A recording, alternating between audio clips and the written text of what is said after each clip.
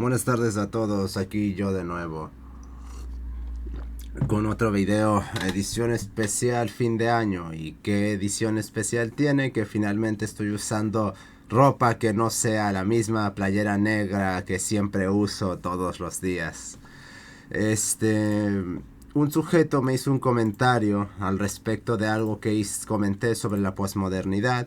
No voy a responder ese comentario porque honestamente es una completa pendejada, pero lo que dice en ese comentario es perfecto para este tema.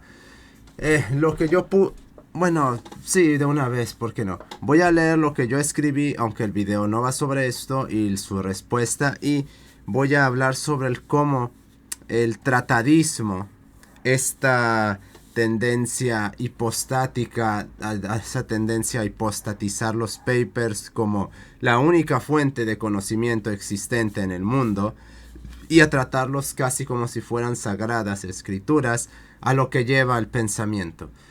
Bueno, entonces yo escribí lo siguiente. La posmodernidad, contrario al discurso oficialista, no es una suerte de vaciamiento y duda absoluta de todo. Es más bien una licuación de todo bajo el discurso de lo social, el cual convierte absolutamente todo lo que el hombre ha construido y hecho en poco más que una narrativa implantada estructuralmente para poder controlarlo y dominarlo, al hombre. Razón por la cual pareciera que nada es firme y todo se encuentra tan difuso. Claro que los objetivos de los filósofos eran justamente licuar hasta la realidad en aras de imponer su sadista sed de dominación y de control por sobre todas las cosas. Si todo es social, entonces todo está bajo control, bajo el dominio y el control del filósofo. Tal sadismo lo hemos reflejado por primera vez en Marx, porque incluso Rousseau o Descartes o incluso Kant, así todos ellos también alimentasen la prédica de estructuras, al menos ellos aún consideraban que había cuestiones de la realidad y del hombre que estaban fuera del condicionamiento del hombre. No es hasta Marx que hasta la materia pasa a ser social, y donde encontramos que dicha categoría no solo es absoluta, es literalmente la única. Decir que Marx es el primer postmoderno es clave para entender el pensamiento actual y sobre todo la hipocresía en la cual viven los filósofos actuales. Sobre esos mal llamados postmodernos, que en aras unos y otros de vivir de la mentira tratan de separarse de Marx para ponerlos unos como supuestos opositores al marxismo, otros como supuestos críticos de la posmodernidad, aun cuando ya han abrazado todos sus paradigmas y no proponen absolutamente nada para contrariarla, todo lo contrario de hecho, y otros haciendo esto en aras de proteger a Santo Marx de la blasfemia de compararlos, pues nadie se salva. Marx y los postmodernos son la misma cosa y el propio Marx es el primer postmoderno. Bueno, este texto que escribí ayer, después de haber visto el video recientemente publicado del padre Javier Oliveira Rabasi sobre la posmodernidad y la muerte del sentido común. Muy buen video, vayan a verlo, por cierto. A lo cual un sujeto bajo el nombre de usuario KNKBKSKR4630, no sé qué clase de código extraño es eso o qué referencia, pero respondió esto. Y viene perfecto a lo que al video. Su respuesta dice: en ningún momento vi a Marx hacer hermenéutica ni fenomenología. Más bien su método se basó en Hegel y por ende en Kant, porque estos son los primeros antropólogos filosóficos registrados en Occidente. Desde luego, el discurso existencialista encaja más con la posmodernidad que con la modernidad, periodo contemporáneo y crítica contra la modernidad por parte de los filósofos continentales. Hasta donde yo recuerdo, Marx y el existencialismo son totalmente incompatibles tan solo en sus bases conceptuales y, por ende, en sus procederes metodológicos. Marx es el padre del sociologismo antropológico filosófico, pero no de la posmodernidad. Yo, y recalco, yo no veo la similitud de la que hablas. Marx, al igual que el Hegel sistemático mayor y el Kant de las críticas, creen en una antropología filosófica como ciencia, como formulación de leyes, una esencia del hombre y por eso todos sus métodos lógicos científicos. Pero los posmodernos repelen esas ideas con respecto al hombre y sobre todo los existencialistas. Muy bien, gente, primero que nada déjenme aquí buscar algo. Sí, Sí, un momento, es que estoy buscando su definición de posmodernidad, porque en ningún momento en lo que escribió la veo, a lo mejor por aquí está. Porque reducir la posmodernidad al existencialismo nada más, como si fuera lo único que lo compone, y peor, considerar al existencialismo como algo propio de este tiempo, es tratadismo de manual. A ver, vamos a romper por partes esto, para que se entienda por qué esto es perfecto. Primero que nada, nunca vi a Marx hacer hermenéutica. Marx nunca interpretó textos, señores. No, y de hecho, la hermenéutica nace con Foucault o con alguna escuela de pensadores ahí medio mística del siglo XX. No es como si se llevasen interpretando textos desde hace 3000 años, desde hace 5000 años. No. Es que la metodología específica, que sigue siendo la misma desde que ha sido desde siempre, es ultra novísima, y solo podemos concebir que alguien interprete textos si ha interpretado textos desde nuestras pedantes interpretaciones de escuelas de interpretación, según reglas que son las mismas de antes. Pero como ahora estamos en la modernidad, ahora sí podemos decir que es más ciencia. ¿Por qué? Pues porque lo dicen los libros. Y esto es hermoso, se basó en Hegel y por ende en Kant. Por esto son los primeros antropólogos filosóficos registrados en el Occidente. Tú no puedes ser nada a menos que tengas una registración, y evidentemente dada por una autoridad que se saca sus postulados de registro de los huevos, porque ningún pensador, ni uno solo, se ha preguntado qué es el hombre. Esto surge en Kant primero, porque él fue el primero en decir, en acuñar antropología, y de hecho ni siquiera eso, porque antropología es un término que surgió en el siglo XVI en un manual médico de un tipo que casi nadie conoce. Pero como Kant fue el primero que se dijo, vamos a hacer una antropología desde la filosofía. Sí, Aristóteles vete a la mierda, Platón vete a la mierda, Santo Tomás, Santo Agustín váyanse a la mierda. Ellos no hicieron antropología filosófica. ¿Por qué? Porque nunca la llamaron así. A pesar de que hicieron lo mismo que hicieron Kant, que hizo Hegel, que hizo Marx. Ah, ok, perfecto. ¿Y por qué se tiene que establecer esta distinción a pesar de que hacían la misma cosa y tenían exactamente los mismos métodos? Porque somos modernos y lo de ahora es ciencia y eso no es ciencia. Ah, ok, perfecto. Perfecto. Y sobre lo del existencialismo, el estoicismo, el epicureísmo, las filosofías de la virtud de Platón y de Aristóteles, la filosofía de vida cristiana de Santo Agustín. No, todo eso no es existencialismo, ya que la filosofía de vida o la filosofía del sentido de la vida y la existencia del hombre son dos cosas completamente diferentes. No es como si para existir se tenga que tener vida primero. No, son cosas muy distintas. Y naturalmente que el existencialismo, a pesar de que tenemos directrices de cómo vivir, con los ensayos del hidalgo Michel Eyquem de Montaigne, la ciudad de Dios de Santo Agustín, todo lo que escribió Santo Tomás prácticamente, los textos de ética a Nicómano, las cartas a Lucilio, todo eso no es existencialismo. Porque sí, ¿por qué? Porque lo dicen mis libritos. Bueno, este es el punto al que quiero llegar con este comentario. Aceptar el tratadismo invariablemente nos constriñe el pensamiento a una extremadamente limitada serie de categorías cuya sustentación se limita a es que el papelito lo dijo, es que el librito lo dijo, es que el video lo dijo. Este tipo, si yo le pregunto ¿qué definición de posmodernidad tiene usted? Me va a citar a Lyotard o me va a citar la definición de posmodernidad de Frederick Jameson, por ejemplo, porque es incapaz de pensar por su propia cuenta. lo cual no deja de ser irónico.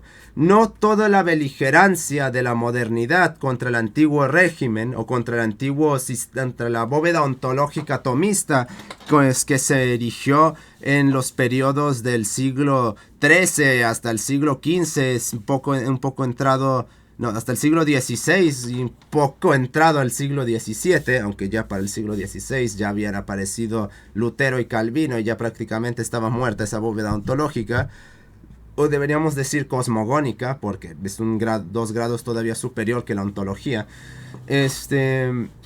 Supuestamente era porque impedía el pensamiento del hombre y porque era autoritaria y no dejaba una razón.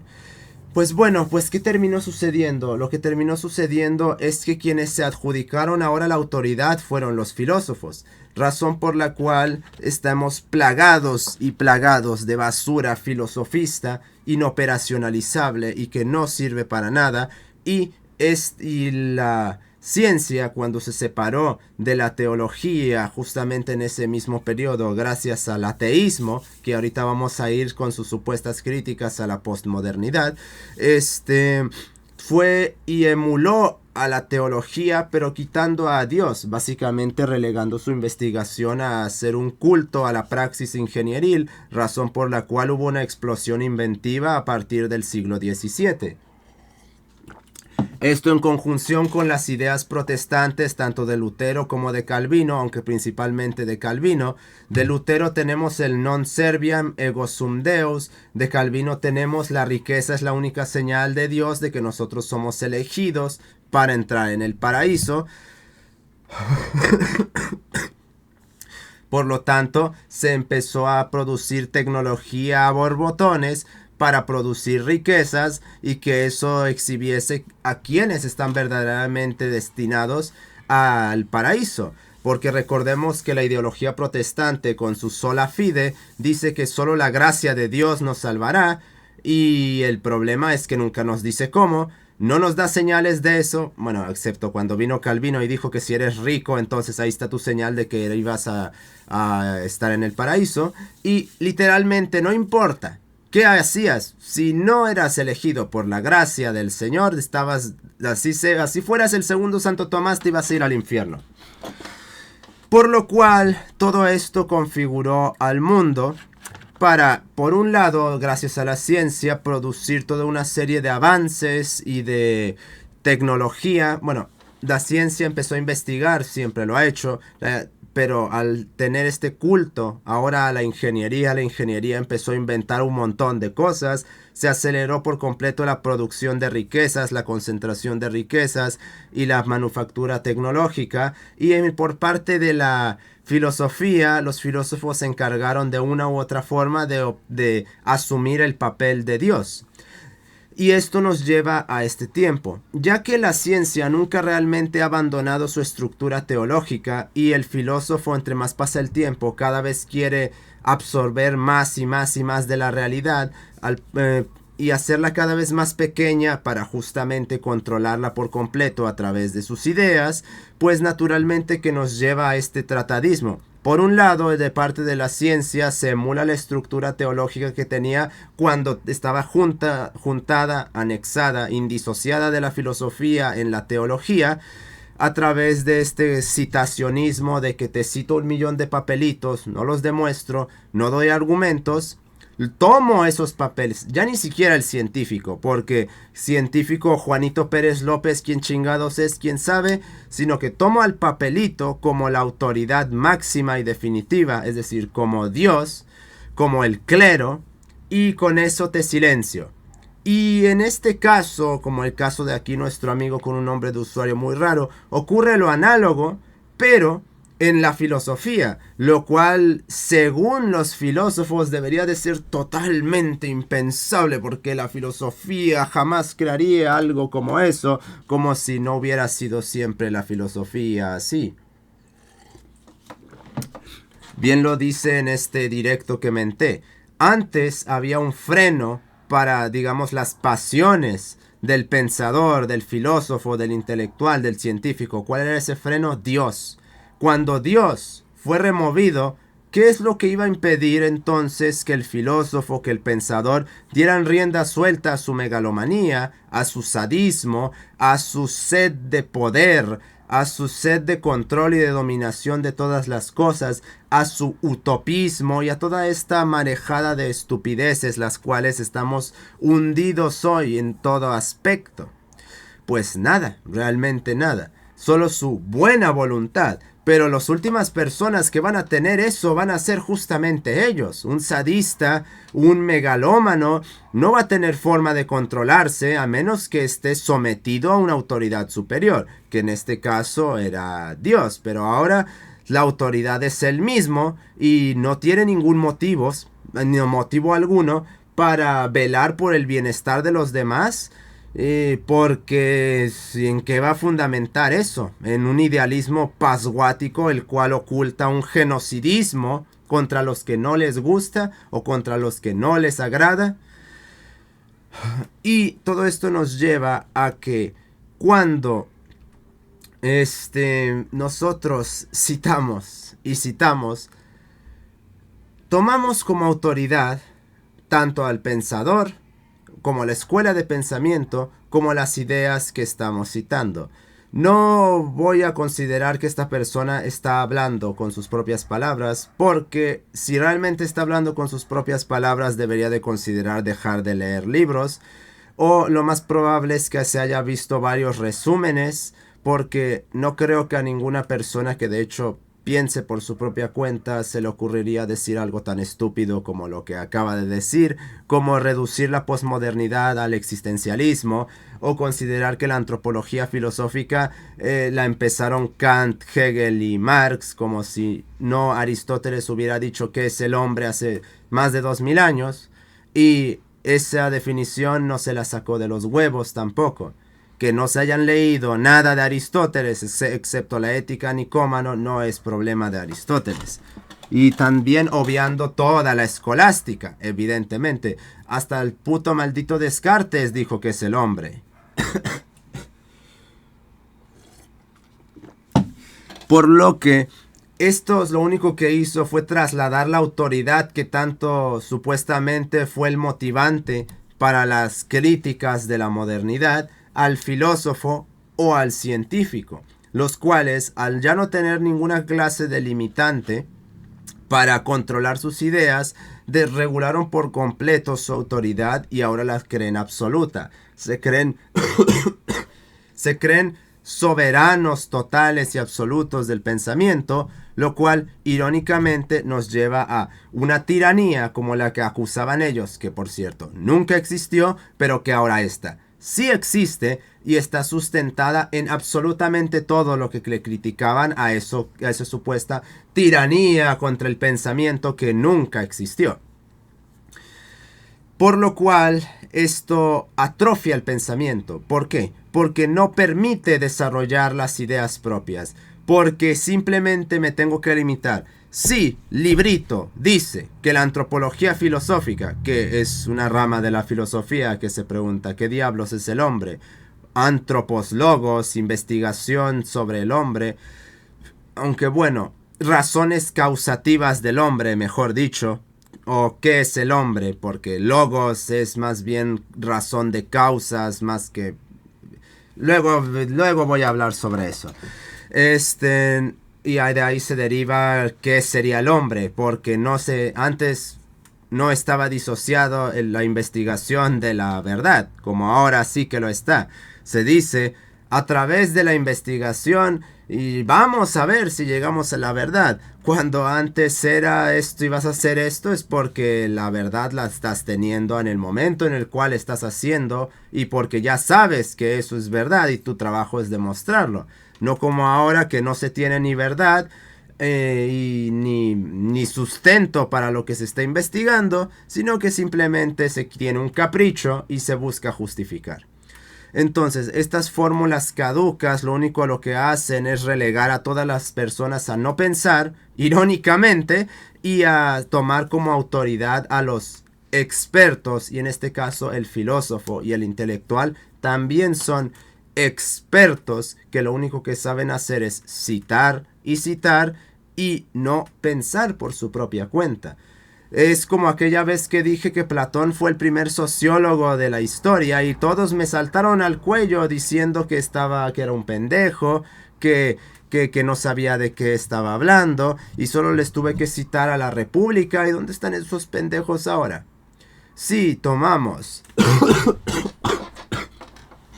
a esa sociología como el estudio de la sociedad o de las, y también se incluiría las instituciones que componen a esa sociedad, cuando en la República Platón y Sócrates, o mejor dicho Sócrates, se pregunta ¿qué clase de gobierno crea qué clase de hombres? ¿No es esa la misma prédica de estructuras que está presente en la sociología actual? Entonces, ¿por qué yo no puedo considerar a Platón como el primer sociólogo de la historia? Simple y llanamente porque un librito lo dice. Pero es que prácticamente todas las disciplinas investigativas, a menos que estén tecnológicamente bloqueadas, es decir, no se iba a poder investigar la física atómica hace 5000 años, a menos que estén tecnológicamente imposibilitadas, su acceso esté tecnológicamente imposibilitado, prácticamente se puede decir que cualquier cosa en cualquier tiempo se pudo y se puede investigar. Por lo cual, dotar a la sociología como es que Comte porque hizo esto, que ya habían hecho otros 30 pensadores antes, no impide de ninguna manera el decir que ha habido gente que ha hecho eso antes. Sí, se puede demostrar que hay una analogía entre lo que se supone que está haciendo este estúpido y lo que se supone que están haciendo estos pensadores del pasado. Aquí solo hay la clásica pedantería de que, como no, es que como en el pasado hay animismo y nosotros los modernos que no tenemos nada de eso, entonces pues sí, muy ciencia y por eso lo que se hacía allá no vale nada. Claro, no tenemos animismo, la mente, la psique, lo social, la sociedad, el capitalismo, la economía, toda la prédica de estructuras evidentemente no es animismo. Claro, no, ¿cómo podría serlo? Es que todos sabemos que existen estructuras que obtienen conciencia e independencia del hombre y que dependen por completo del hombre y que sin el hombre no existen, pero que surgen y emergen mágicamente del hombre de alguna manera, obtienen su independencia y nos hacen cosas. ¿Y dónde están? Por ahí. Pero están en todas partes. Ah, claro que sí. No suena para nada como un espíritu, por ejemplo, porque nosotros al ser muy modernos, ¿cómo vamos a pensar como esos miserables cerdos ignorantes de la Edad Media? Entonces, aquí mi compañero es básicamente el producto de un sistema de pensamiento enfocado, dirigido por completo para el poder y por el poder. E incluso me atrevería a decir que ya ni siquiera es por el poder, es por el maldito capricho y por una sed sadista de dominación y de megalomanía. El estar citando y citando nos lleva justamente a no usar la cabeza, lo cual se evidencia en todas partes. ¿Qué se necesita para ganar una discusión en estos tiempos? Tirar 30.000 tratados, no razonar, no pensar, por lo tanto, asumir que son verdad y no dar ninguna clase de demostración de lo que se está diciendo. Y me van a decir, ay, pero es que las fuentes, solo hay una fuente, una sola fuente, la realidad.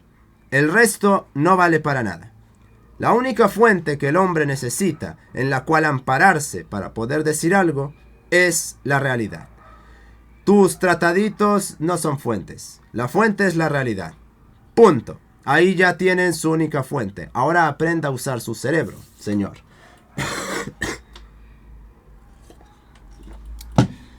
Por lo cual esta tendencia, ¿cuál es el objetivo en el cual se está encauzando ahora? Que como la investigación científica está totalmente financiada y controlada por organismos institucionales, gubernamentales y supranacionales como la ONU, el Foro Económico Mundial, pues lo que se busca es controlar una narrativa a través del apagarle el cerebro a la gente y decir, papelito, papelito, mira, perrito, ciencia, ciencia. Y entonces, como esa ciencia es financiada por ellos para buscar los resultados que ellos quieren, pues así la gente va a aceptar y admitir absolutamente cualquier cosa sin protestarla porque es verdadera ciencia.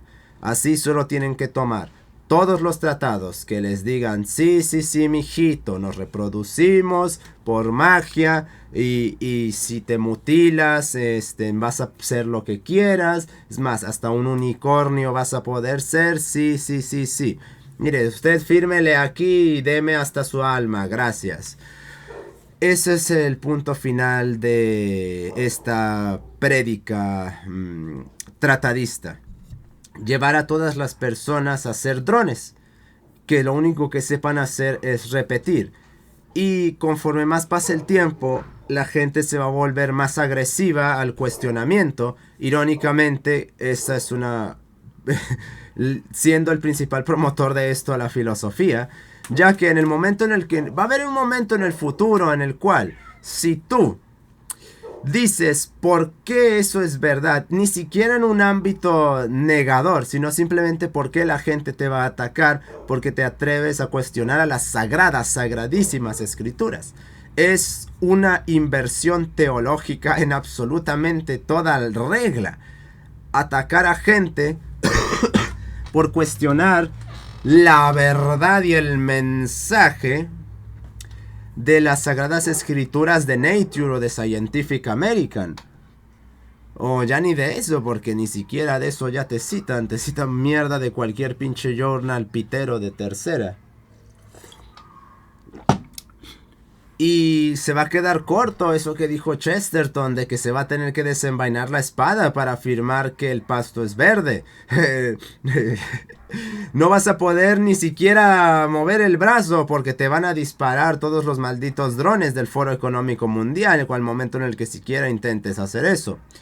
Y sobre aquí mi compañero, su supuesta crítica a la modernidad, ¿cuál es la crítica a la modernidad que hace estos parásitos? La excesiva industrialización y mercantilización. Y yo digo, básicamente el discurso de Mu Capitalism Bad. Bueno, les recomendaría que se pusieran a leer un poquito más a Marx y vieran cómo se la croma durísimo al capitalismo porque produjo la mayor fuerza de trabajo en toda la historia de la humanidad. Sí, resulta que yo sí me he leído a ese idiota y no como ustedes que se la pasan viendo putos videos de Marx. Y peor de todo, videos de fanáticos de Marx. Evidentemente, ¿qué puedes esperar aprender de un fanático de alguien?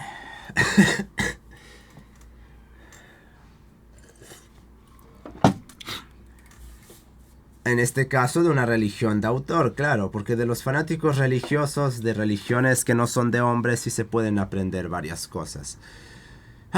Entonces, la supuesta crítica a la modernidad, pregunto yo, ¿por qué se hizo toda esa industrialización? Primero por el non-serviam, ateísmo, por el culto a Mammon, es decir, satanismo. Oh, vaya, es decir, toda la modernidad se sustenta en una disputación hacia la teología.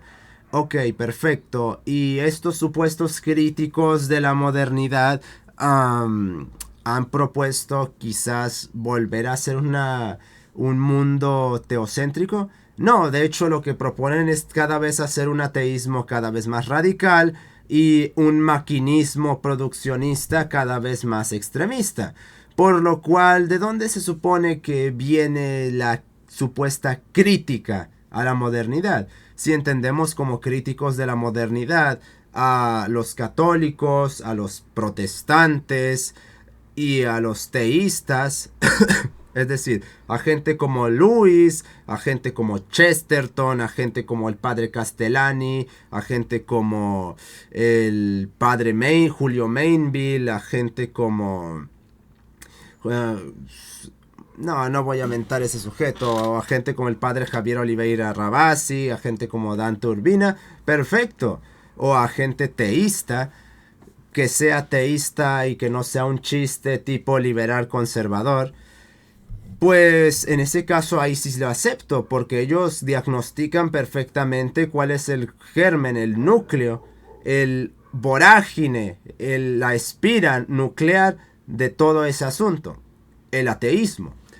Y proponen evidentemente la solución a la modernidad y una crítica que de hecho tiene sustento, es decir, la crítica al ateísmo. Si no se entiende a la modernidad de esta manera, no se está criticando la modernidad y todo lo contrario, se está enalteciendo, porque los supuestos críticos de la modernidad, como esos existencialistas, se la cromaban durísimo a la libertad, al non serviam, y por otro lado Marx no criticaba realmente el capitalismo. Lo que criticaba era la explotación del capital, de los capitalistas más bien, porque el capitalismo se la cromaba durísimo y al mismo tiempo ni siquiera tiene una base real para criticar nada, excepto no somos nosotros los que estamos explotándolos, por lo tanto está mal. Por lo cual sus críticas a la modernidad se las mete por el culo, porque solo de los teístas las va a encontrar realmente. ¿No es irónico que supuestamente lo que decía Kant en su contestación a la pregunta ¿qué es la ilustración? Que como el dormimiento, el mantener dormida la razón del hombre a través de la implantación de un discurso por una autoridad lo mantenía en una infantilidad perpetua. Pues qué curioso que ya tengamos todas las ideas de Kant y sigamos en una infantilidad perpetua. Quizás resulta que no era una infantilidad, un discurso que mantenía a los hombres infantilizados, sino resulta que era justamente lo que les permitía vivir, porque los consideraba conformes con su forma. Y en cambio nosotros, al pretender que el hombre era más de lo que era, quizás y convertimos al hombre en un niño al otorgarle cosas que no tenía, lo cual deriva en justamente la manifestación más taxativa de todo lo que estamos criticando. No sé, quizás si eso haya sido lo que haya pasado, porque justamente las ideas cristianas, las ideas católicas, son las que no tienen operatividad alguna. En cambio, las calvinistas, las luteranistas, las liberalistas, las ateístas, las racionalistas, las socialistas, las marxistas, las democratistas, las liberalistas, sí tienen su operatividad en este mundo. Y vaya que curioso que está exactamente igual de como describían que estaba el mundo antes de sus ideas. Pues capaz y no estaba como estaban diciendo, y sino que de hecho era mucho mejor, y de hecho lo que estaban criticando era lo que iba a pasar con sus propias ideas. Por lo cual, señores, o aprenden a usar sus propios cerebros o mejor cállense el hocico, porque como bien dice Jonathan Ramos, poca filosofía es peor que nada de filosofía, porque terminas diciendo estupideces como estas, no sustentando, no sabiendo qué responder y limitándote a buscar definiciones en libros, no aprendiendo nada y repitiendo una y otra vez.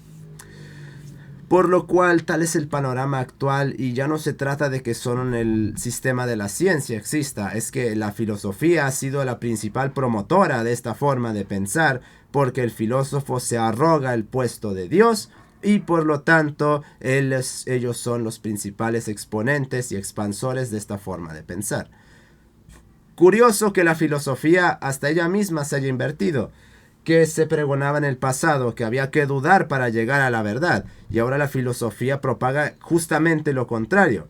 No hay verdad, no dudes y básicamente confía en mí, bro, porque yo soy Dios y yo te voy a guiar a la utopía. Qué bonito y qué hermoso. Nos estamos viendo.